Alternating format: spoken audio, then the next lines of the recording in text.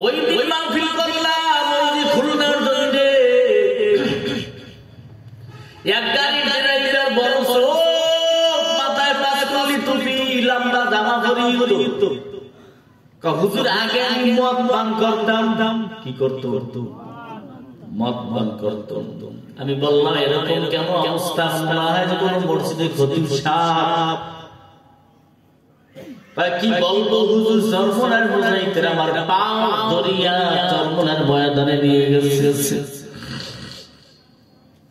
আমি বাসায় ঢুকতাম স্ত্রী পালাইতো ছেলেরা পালায়া মেয়েরা পালায়া ঘরের বাইরে চলে যেত কেন মাইরের ভয় কে মদ ঢোকায় আমি মদ খাইয়া মাতাল হয়ে যাইতাম যাকে পাইতাম নাকি ধীরে ফিরে দিতাম আমার ভয় কেউ থাকতো না বাসায় কি হইল ওই সময় চরমনার মুরব্বী আল্লাহর বান্দা আমার পাও ধরলেন 2 দিন 3 দিন পাও ধরার পর আমার নিয়ে চরমনার ময়দানে দাঁড়িয়ে করছে আমি বিশ্বাসের হাত ঢোকার পর আজানের শব্দ পাইলাম কেমন জানি আমার ভিতরে আল্লাহ পরিবর্তন ঢুকাই দিয়েছে দেখি সবাই উজু করে আমি উজু করতাম ভালো উজু করতে জানি না তাদের দেখা দেখে আমি উজু করলাম নামাজে দাঁড়াইলাম ময়দানে গিয়ে নামাজ পড়লাম প্রথম বয়ান শুনলাম মদের বোতল কিন্তু আমার ব্যাগের ভিতরেই ছিল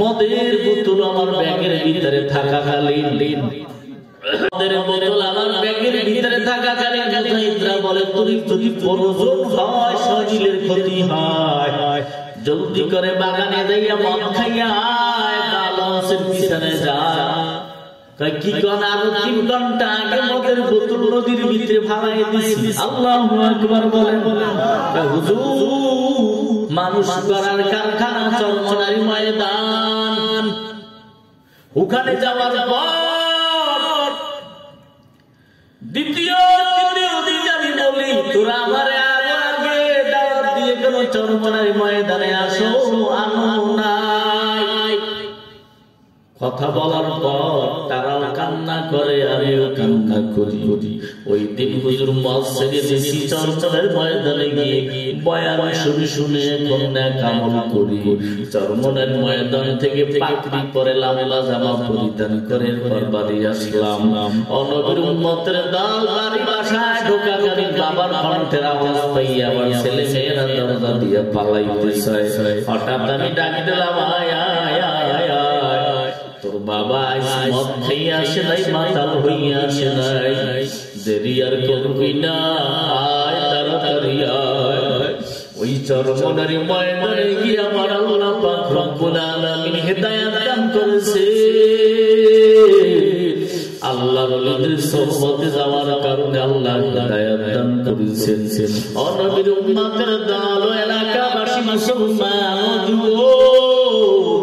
বুঝানোর জন্য বলছি আল্লাহ ওয়ালাদের সোহবতে যাও আল্লাহ ওয়ালাদের সোহবতে গেলে দেখবা পাথর মার্কা দিলকে আল্লাহ তুলার মতন নরম করে দিতে পারে কি পারে না জোরে বলেন আমার মাওলার হুকুম মেনে চলো 5 বেলা নামাজ আদায় করে নাও ওই দিনও মাদারীপুর থেকে আসি মুজাহিদ বলে হুজুর এই পথ দিয়ে তো মাদারীপুরের পথ দিয়ে বলে আল্লাহর কুতুব সৈয়দ ফজলুল করিম যাওয়া যাচ্ছে আমরা নিষেধ করছি বয়ানের পর হুজুর যাওয়া লাগবে না কেন ওই পথটা বড় খারাপ ওই পথে ডাকাতের দল থাকে না জানি কোন আক্রমণ করে আপনার যাওয়ার দরকার নাই কথা বলতে দেরি আল্লাহ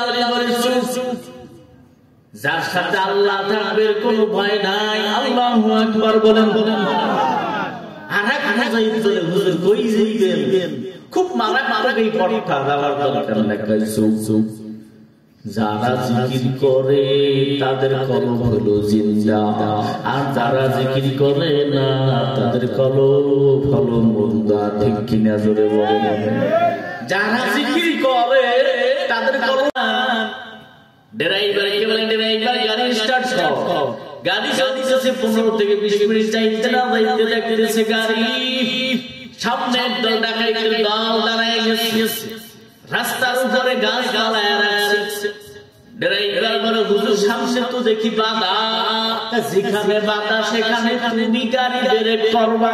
আল্লাহু আকবার বলেন। যেখানে বাধা সেখানে কি করবা? গাড়ি ব্রেক কর।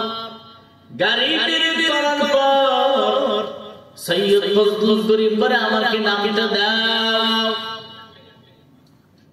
কালো কাপড় দিয়ে গোটা ফেস আবসিন্তু করা নয়জন ডাকাত গাড়ির সামনে দাঁড়ায় গেল। চতুর্দিকে মানুষ। হুজুর বলে আমার নামটা দাও। ড্রাইভার বলে হুজুর কই নাম দেন? এদের মাথা তো ঠিক নেই, না মদখোর গাঁজাখোর। চুপ চুপ, আমাকে নামটা দাও। হুজুরে নামার পর ডাক দিয়ে বলে কে তোরা? বাবারা পরিচয় দিবানি। তো হুজুর জানেন না আমরা সর্বহারা। কি হারা? জোরে বলেন। সর্বহারা মানে কি? হুজুর আমরা বড় ডাকাইতের দল মাদার হুজুর যা আছে চুপ বাবা দিন ঠিক আছে কি বল? পরিচয় দেশে দুনিয়া সর্বহারা। কিয়ামতের ময়দানে বাবা ঈমান হারা হয়ে উঠে। সুবহানাল্লাহ। কি হারা? ঈমান হারা হইয়া পিছন থেকে ডাকাইতে লিডার বলে দেখ দেখ বেয়াদবি করবি না। কথায় না জানি কেমন জানি ঘেরা আসতেছে। সাবধান। সব হুজুরদের সাথে চালাকি করলে জীবন বরবাদ হয়ে যাবে। ডাকাইতের লিডার বলে হুজুর বাড়ি কই? আমার বাড়ি সরস নাই। আপনার নাম কি? আমার নাম ফজলুল করিম। আল্লাহু আকবার। মাওলা মাওলা কয় না কিছু না, নামের সাথে শিখতে হয়। কার নাম? ফজলুল করিম। কথাটা বলতে দেরি। কার সরমান হুজুরি কাহা?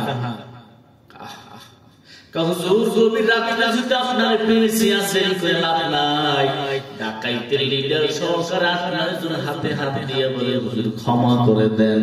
গাছ সরাই দিয়েছি, রাস্তা ক্লিয়ার করে দেব, আমাদেরকে ক্ষমা করে দেন।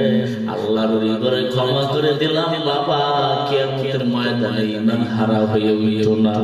ও বাবা দুনিয়ার জিন্দেগি দেখতে না দেখতে শেষ হয়ে যায়। আখিরাতের জিন্দেগি শুরু হইবে যার কোনো শেষ নাই। হুজুরে একটা দাওয়াত দিল কাল 20 দিন পর চরমনের ময়দানে পাগলারা যদি সুযোগ পাও চরমনের ময়দানে যাই। অর্ডার দিয়ে দিলেন। এবার 20 দিন পর চরমনের ময়দানে হাজির। মুনাজাতের পর সবাই বাড়ি যায়। আর 9 জন ডাকাত মাদারীপুরে ডাকাতগুলো কুতুবখানার সামনে দাঁড়াইয়াছে। খাদেমকে বলে খাদেম হুজুর কোথায়? হুজুরের সাথে সাক্ষাৎ করে সাক্ষাতের সময় এখন নয়, এখন মুনাজাতের পর সবাই হুজুরে আসছে সামনে হিসেবে। বাবারা তোমরা কারা? হুজুর মনে নাই গভীর রাতে কপাল পোড়া দররা গাড়ি আটকাইছিলাম আমরা, সেই 9 জন সেই ডাকাত কপাল পোড়া সর্বহারা। আল্লাহর ওলি ডাক দিয়ে বলে বাবা এ অবস্থা কেন? সুন্নতি লেবাসে ভরপুর, মাথার তালু থেকে পা পর্যন্ত সাজানো। হুজুর দোয়া করেন বাকি জিন্দেগি যেন রাসূলের আদর্শ দিয়ে সাজায় কবরে যাইতে পারি। হেদায়েতের মালিক কে? জোরে বলুন।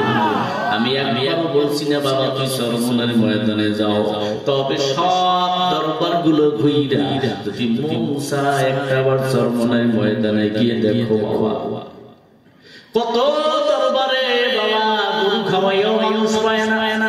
ঠিক কিনা জোরে বলুন। হ্যাঁ, আল্লাহ যদি কবুল করে